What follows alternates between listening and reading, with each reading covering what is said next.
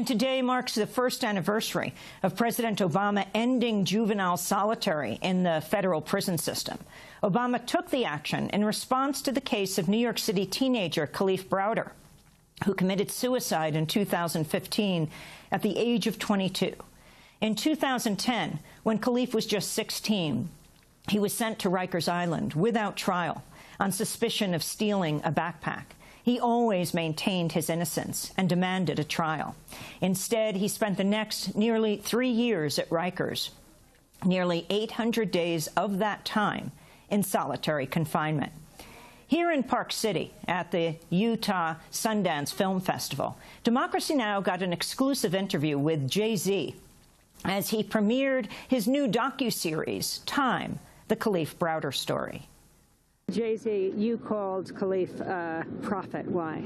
Well, you know, we've seen prophets come in many shapes and forms, and we've seen, you know, sometimes tragedy happens for our prophets, Martin Luther King, and, you know, I believe this young man, his story will save a lot of lives. You know, what was done to him was a huge injustice, and I think people will see his story and realize, like, man, this is going on. This is not like one case that happened. This is happening a lot for people, you know, especially places where I come from, in the boroughs and Marcy projects and Bronx and Brooklyn and all these places. So it's very important, this story.